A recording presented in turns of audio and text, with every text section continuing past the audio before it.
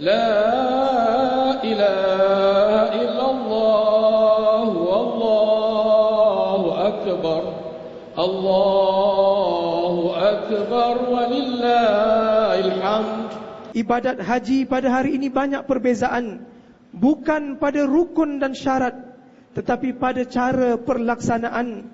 Sistem pentadbiran baru diperkenalkan dan kemajuan teknologi dimanfaatkan untuk membantu semua jemaah haji melaksanakan ibadah mereka dengan lebih selamat dan teratur, melihat kepada suasana cabaran masa kini. Ini yang dinamakan penyesuaian yang berpandukan prinsip dan asas agama.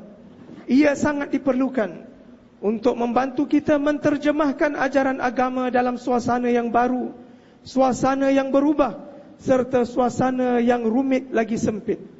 Bayangkan tuan-tuan dan puan-puan sekalian, jika syariat Islam hanya terikat pada satu bentuk perlaksanaan yang sempit dalam semua perkara, pasti manusia akan berhadapan dengan kesukaran dalam melaksanakan ketaatan dan menzahirkan ketakwaan mereka kepada Allah Subhanahu wa ta'ala. Allahu Akbar, Allahu Akbar, Allahu Akbar, Allahu Akbar. La